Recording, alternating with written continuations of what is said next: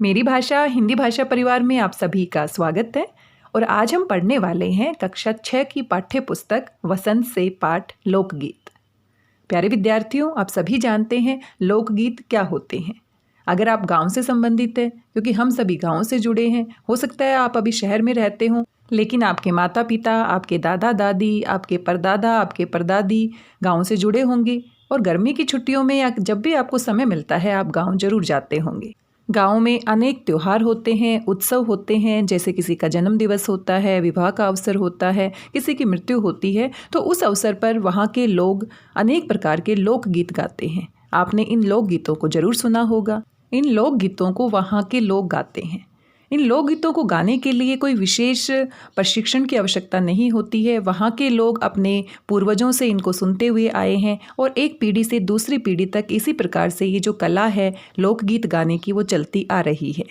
वे लोग अनेक प्रकार के अवसरों पर अपनी खुशी जाहिर करते हैं, अपना दुख जाहिर करते हैं और इन लोकगीतों की शुरुआत गाँव से ही मानी गई है। वैसे तो हम सभी अनेक प्रकार के गीत सुनते हैं, जैसे कि टेलीविज़न पर, रेडियो के माध्यम से, इंटरनेट पर, सिनेमा में अनेक प्रकार के गीत हमने जरूर सुने हैं। इन सभी गीतों में ढोलक, कई प्रकार के बाजे, ड्रम, गिटार, अनेक प्रकार के वाद्य यंत्रों का प्रयोग किया जाता है। कुछ गीत ऐसे भी होते हैं जिनमें गीत गाने के लिए कोई नायक या गायिका नहीं होते और न ही इनमें ज़्यादा वाद्य यंत्रों का प्रयोग किया जाता है। ये गीत अक्सर हमारे त्योहारों, उत्सवों के अवसर पर परिवार की औरतों के द्वारा गाए जाते हैं। ये सामूहिक मनोरंजन के लिए होते हैं। इनको ही हम क्या कहते हैं? लोकगीत कहते हैं। ये गीत ऐसे होते हैं जो पीढ़ी दर पीढ़ी गाए जाते हैं। सुख दुख को अभिव्यक्त करने के लिए ये गीत सर्वमान्य हैं और क्षेत्र विशेष की लोक बोली में गाए जाते हैं। ये किसी विशेष भाषा में नहीं गाए जाते, बल्कि स्थानीय बोली में गाए जाते हैं। वहाँ के लोग जिस प्रकार की बोली बोलते हैं उसी में ये लोकगीत गाते हैं। लोकगीत पाठ के माध्यम से हमें पता लगेगा कि अलग अलग क्षेत्रों में कौन कौन से गीत किस किस तरह से गाए जाते हैं। आइए पढ़ते हैं हमारा पाठ लोकगीत। और इस पाठ के लेखक हैं भगवत शरण उपाध्याय। यह पाठ एक निबंध के रूप में है और इस निबंध में अनेक प्रकार की जानकारी हम जानेंगे जो लोकगीतों से संबंधित हैं। कहाँ पर किस किस प्रकार के लोकगीत गाए जाते हैं, इनकी शुरुआत कैसे हुई, गाँव में किस प्रकार से इनको गाया जाता है, ये सभी महत्वपूर्ण बातें हम अपने निबंध लोकगीत में पढ़ेंगे। आइए पढ़ते हैं हमारा निबंध लोकगीत। लोकगीत अपनी लोच, ताजगी और लोकप्रियता में शास्त्रीय संगीत से भिन्न है। आप सभी जानते हैं शास्त्रीय संगीत का प्रशिक्षण लेना पड़ता है। विशेष प्रकार के वाद्य यंत्रों की सहायता से इस संगीत को बजाया जाता है। इसीलिए शास्त्रीय संगीत से बिल्कुल ही अलग लोकगीत होता है, जो अपनी लोच यानी कि लचीलापन, ताजगी यानी कि बिल्कुल एकदम ताज़ा ताज़ा एहसास देने वाला, और लोकप्रियता यानी लोगों के बीच में बहुत ज़्यादा प्रिय है। ये लोकगीत सीधे जनता के संगीत हैं। घर, गांव और नगर की जनता के गीत हैं ये, इसीलिए इनको लोकगीत कहा जाता है, यानी लोगों के गीत। इनके लिए साधना की ज़रूरत नहीं होती। त्योहारों और विशेष अवसरों पर ये गाए जाते हैं। सदा से ये गाए जाते रहे हैं, यानी कि ऐसा नहीं है कि अभी अभी गाए जा रहे हैं। सदियों से इनको गाया जाता रहा है। हमारे पूर्वज गाते थे, उनसे हमने सीखा, उनसे आगे वाली पीढ़ी ने सीखा, और इस तरह से ये लोकगीत सदियों से गाए जाते रहे हैं। और इनके रचने वाले भी अधिकतर गाँव के लोग ही हैं। लोकगीतों की शुरुआत कहाँ से मानी जाती है? गाँव से। स्त्रियों ने भी इसकी रचना में विशेष भाग लिया है। ये गीत बाजों की मदद के बिना ही या साधारण ढोलक, झांझ, करताल, बांसुरी आदि की मदद से गाए जाते हैं। इनको बजाने के लिए किसी विशेष वाद्य यंत्र की आवश्यकता नहीं होती। गांव के लोगों के पास जो भी साधन उपलब्ध होते थे उन्हीं से वो इस प्रकार के गीत गाते थे। अनेक छोटे मोटे अपने वाद्य यंत्र बना लेते थे और इस प्रकार से इनकी शुरुआत हुई। एक समय था जब शास्त्रीय संगीत के सामने इनको हेय समझा जाता था। हेय यानी कि तुच्छे या छोटा समझा जाता था। अभी हाल तक इनकी बड़ी उपेक्षा की जाती थी।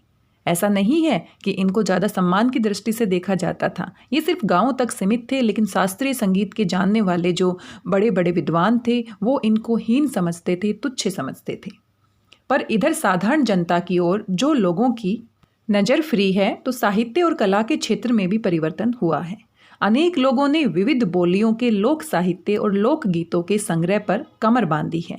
कमर बांधना यानी तैयारी करना, संग्रह करना यानी कि उनको इकट्ठा करना। और इस प्रकार के अनेक संग्रह अब तक प्रकाशित भी हो गए हैं। पहले ज़माने में शास्त्रीय संगीत के सामने इनको हे समझा जाता था, छोटा समझा जाता था, लेकिन धीरे धीरे लोगों ने जब इनको सुना और इनकी कला को पहचाना तो अब इनको धीरे धीरे सम्मान मिलने लगा है। लोकगीतों के कई प्रकार हैं। इनका एक प्रकार तो बड़ा ही ओजस्वी और सजीव है। ओजस्वी यानी ओज से परिपूर्ण, प्रभावशाली, शक्तिशाली। ये इस देश के आदिवासियों का संगीत है।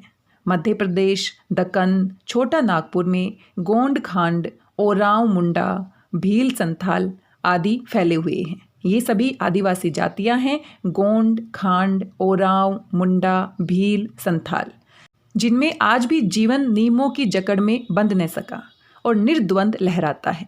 वहाँ के लोग इतने नियम कानून नहीं मानते हैं और उनका जीवन बिल्कुल निर्द्वंद है, किसी प्रकार का द्वंद्व उनके बीच में नहीं है। इनके गीत और नाच अधिकतर साथ साथ और बड़े बड़े दलों में गाए और नाचे जाते हैं। वो लोग इस प्रकार के जो गीत होते हैं, इस प्रकार के जो नाच होते हैं, उनको बड़े बड़े समूह में करते हैं। 20-20, 30-30 आदमियों और औरतों के दल एक साथ या एक दूसरे के जवाब में गाते हैं। दिशाएं गूंज उठती हैं। पहाड़ियों के अपने अपने गीत हैं। उनके अपने अपने भिन्न रूप होते हुए भी अशास्त्रीय होने के कारण उनमें अपनी एक समान भूमि है।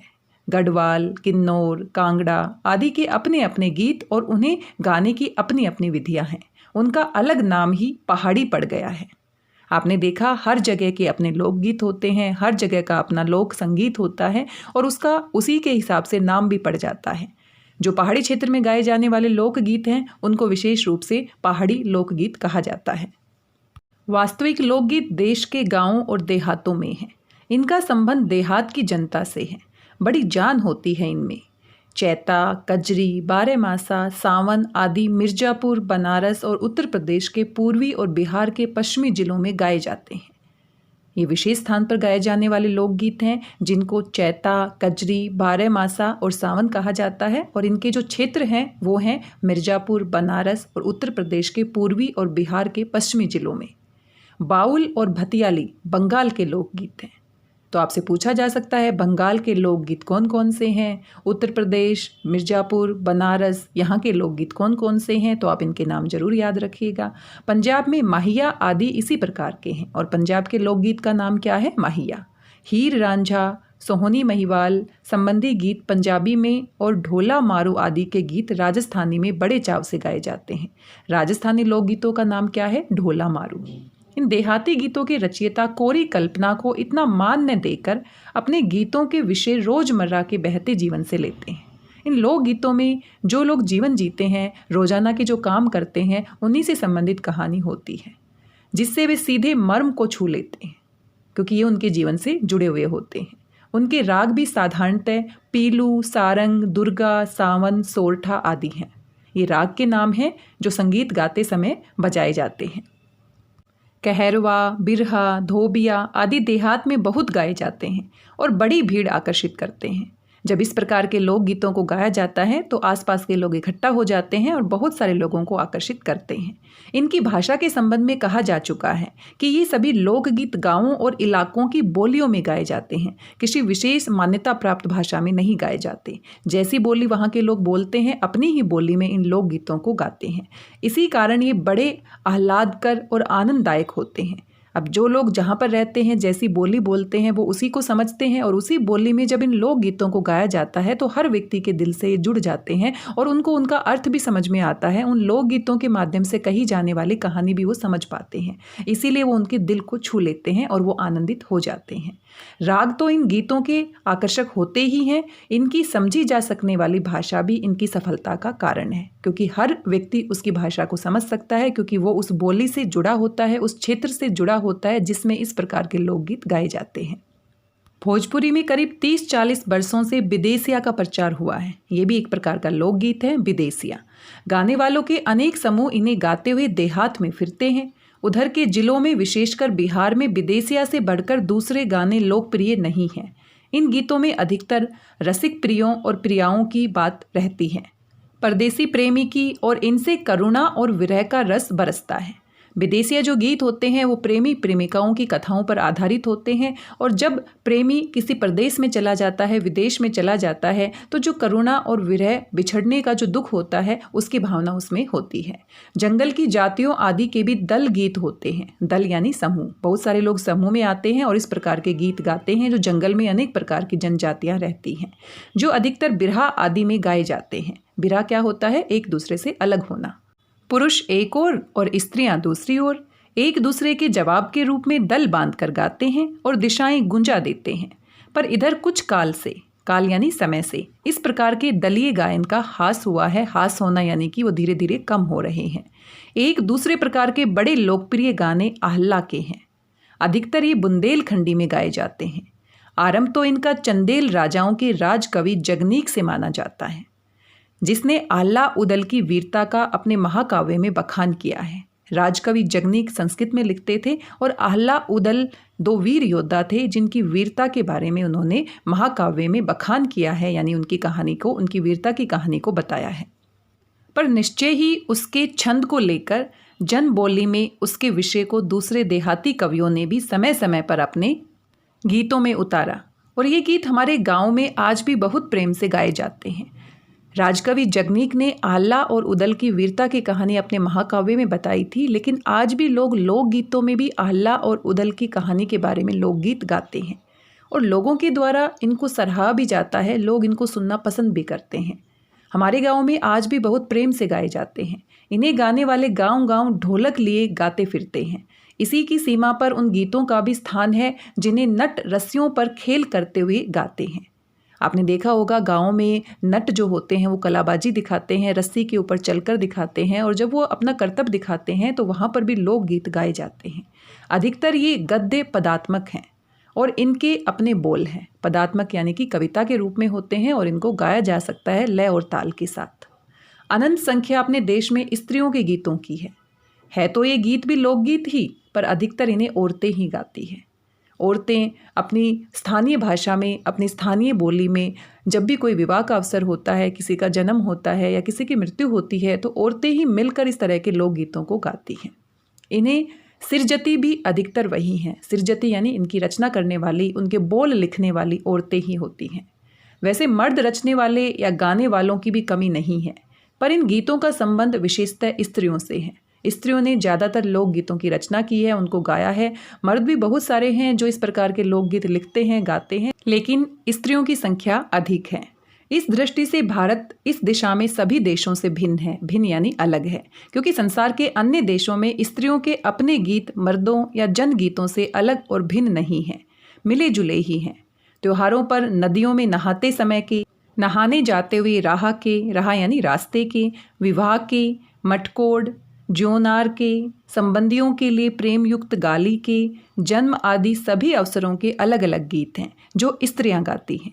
भारत सबसे अलग क्यों है? क्योंकि भारत में जो स्त्रियों के गीत हैं वो मर्दों के गीत से बिल्कुल ही अलग हैं। अलग अलग त्यौहार, अलग अलग अवसरों पर वो अपने ही गीत गाती हैं। लेकिन बाकी देशों में जो पुरुषों के और स्त्रियों के गीत हैं वो मिले जुले हैं, लेकिन हमारे यहाँ पर स्त्रियों के गीत में बहुत सारे अनेक प्रकार के गीत गाए जाते हैं। इन अवसरों पर कुछ आज से ही नहीं बल्कि बड़े प्राचीन काल से वे गाती रही हैं। महाकवि कालिदास आदि ने भी अपने ग्रंथों में उनके गीतों का हवाला दिया है, यानी कि स्त्रियों के द्वारा गाए जाने वाले लोकगीत कोई आज के नहीं हैं बल्कि बहुत पुराने समय के हैं। महाकवि कालिदास जो संस्कृत के बहुत बड़े कवि हुए हैं, उन्होंने भी अपने ग्रंथों में जो संस्कृत में लिखे गए थे इन लोकगीतों का हवाला दिया है, यानी इन लोकगीतों के बारे में कहा है। सोहर, बानी, सेहरा आदि उनके अनंत गानों में से कुछ हैं। सोहर, बानी, सहरा ये भी क्या हैं? लोकगीतों के प्रकार हैं। वैसे तो 12 मासे पुरुषों के साथ नारियां भी गाती हैं और 12 मासा भी एक लोकगीत का ही प्रकार है। एक विशेष बात यह है कि नारियों के गाने साधारणतः अकेले नहीं गाए जाते, दल बांधकर गाए जाते हैं। जो स्त्रियां गाती हैं, लोकगीत गाती हैं, वो समूह में, दल में गाती हैं, अकेले नहीं गाती हैं।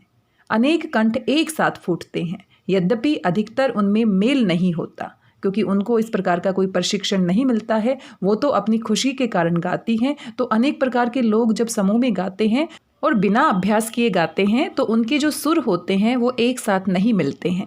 आप भी जब कभी स्कूल में कोई कार्यक्रम होता है उसमें भाग लेते हैं और समूह गान में भाग लेते हैं तो आपको अभ्यास करना पड़ता है ताकि सभी का जो सुर है, जो संगीत है, वो एक साथ गाया जा सके।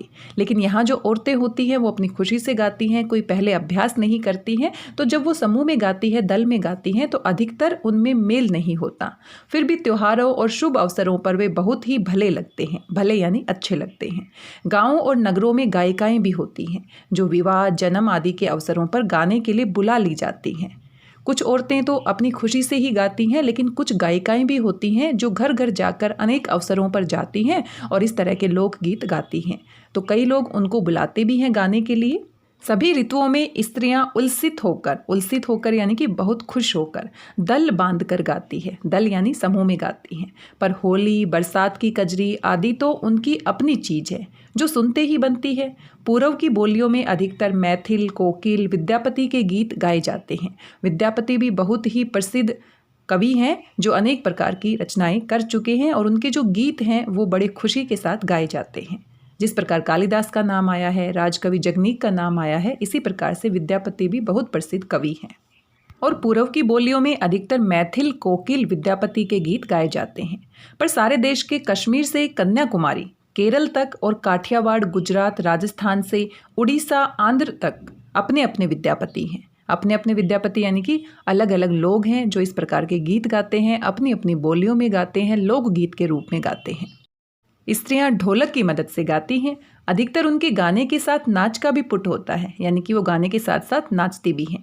गुजरात का एक प्रकार का दलीय गायन गरबा है। गरबा के बारे में आपने जरूर सुना होगा, जिसे विशेष विधि से घेरे में घूम घूम कर औरतें गाती हैं। साथ ही लड़कियां भी बजाती जाती हैं जो बाजे का काम करती हैं।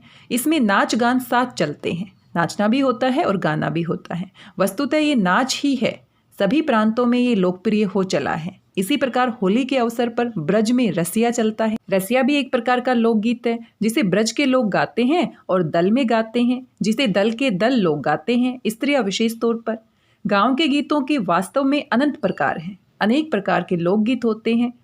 जीवन जहाँ इठला इठला कर लहराता है वहाँ भला आनंद के स्रोतों की कमी हो सकती है। लोग आनंदित होते हैं, खुश होते हैं और ये लोकगीत गाते हैं, नाचते हैं। उद्दाम जीवन के ही वहाँ के अनंत संख्यक गाने प्रतीक हैं। उद्दाम होता है बंधन रहित। गांव के जो लोग हैं उनके पास आनंदित होने की, खुशी मनाने की कमी नहीं है।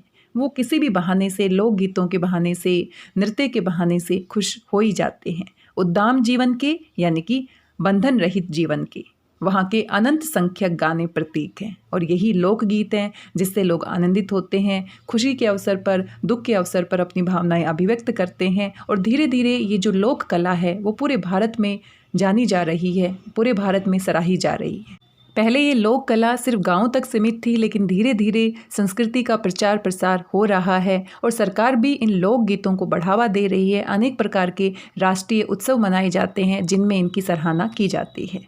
तो ये था हमारा आज का पाठ लोकगीत, जिसके लेखक हैं भगवत शरण उपाध्याय। आशा करती हूँ आपको पसंद आया होगा और साथ में आपकी पाठ्यपुस्तक के अभ्यास प्रश्नोत्तर के बाद 2 लोकगीत दिए गए हैं। आप इनको गुनगुना सकते हैं, इनको गा सकते हैं और आनंद ले सकते हैं। आइए हम छोटी सी कोशिश करते हैं। हमारे सुर और ताल इतने पक्के नहीं हैं, लेकिन फिर भी हम कोशिश करते हैं, इन लोकगीतों का आनंद उठाते हैं। यह केवल पढ़ने के लिए हैं, यहाँ से प्रश्न नहीं पूछे जाएंगे। 2 हरियाणवी लोकगीत दिए गए हैं और पहला जो लोकगीत है ऋतु गीत है। संत गंगादास ने इसे लिखा है। आइए कोशिश करते हैं इसको गुनगुनाने की, इसको गाने की। सावन में सूखे रह गए गिरधर बिन भाग मारे, श्याम घटागन गहर सियावे, देख लहर पे लहर सियावे, हमें कृष्ण बिन कहर सियावे, आगे फेर सलोने आती, हमें श्याम बिन वृथा लगाती, गंगा दास लेस न पाती, हम मोह सिंधु में बह गए, कहो धोवे दाग हमारे, सावन में सूखे रह गए, गिरधर बिन भाग मारे। दूसरा लोकगीत विदाई गीत है। दोनों ही हरियाणवी लोकगीत हैं। आइए इसको भी गुनगुनाते हैं और यहाँ पर विदाई गीत है, यानी कि बेटी का जब विवाह हो जाता है तो वो विदाई के समय किस प्रकार से गीत गा रही है, किस प्रकार से अपनी विदाई का दुख अभिव्यक्त कर रही है। ऐसी ही कुछ कहानी इस गीत के माध्यम से कही गई है। और ये पारंपरिक लोकगीत है, तो इसके कोई लेखक या कवि यहाँ पर नहीं लिखे गए हैं। ये परंपराओं से चला हुआ आ रहा है, दादा पर दादा गाते थे, फिर उसके बाद आगे वाली पीढ़ी गाने लगी, और इस तरह से पारंपरिक गीत ये है। काहे को ब्याही विदेश रे लखी बाबुल मेरे, हम हैं रे बाबुल मुंडेरे की चिड़िया, कंकरी मारे उड़ जाए रे लखी बाबुल मेरे, हम हैं रे बाबुल चौड़े की गवे, जिधर हाँ को हक जाए रे लखी बाबुल मेरे। घर भी सुना आंगन भी सुना, लाडो चली पिता घर त्याग, घर में तो उसके बाबुल रोवे अम्मा बहिन उदास, कोठे के नीचे से निकली पलकिया निकली पलकिया, आम नीचे से निकला है डोला, भैया ने खाई है पछाड़, काहे को ब्याही विदेश रे लखी बाबुल मेरे, काहे को ब्याही विदेश रे लखी बाबुल मेरे। आज की इस वीडियो में बस इतना ही। आशा करती हूँ पाठ आपको समझ आया होगा, साथ में पसंद आया होगा। आप अपना फीडबैक ज़रूर दे सकते हैं। मिलते हैं किसी और नए वीडियो के साथ, किसी और नए पाठ के साथ। तब तक स्वस्थ रहिए, व्यस्त रहिए, मस्त रहिए और खुश होकर पढ़ते रहिए। और हाँ, इन लोकगीतों को गुनगुनाना ना भूलें, और साथ में अपने दादा दादी से, अपने बड़े लोगों से अगर वो किसी लोकगीत को गाते हैं तो उनके साथ आप ज़रूर कोई लोकगीत गा सकते हैं और आनंद उठा सकते हैं। धन्यवाद, बहुत बहुत धन्यवाद।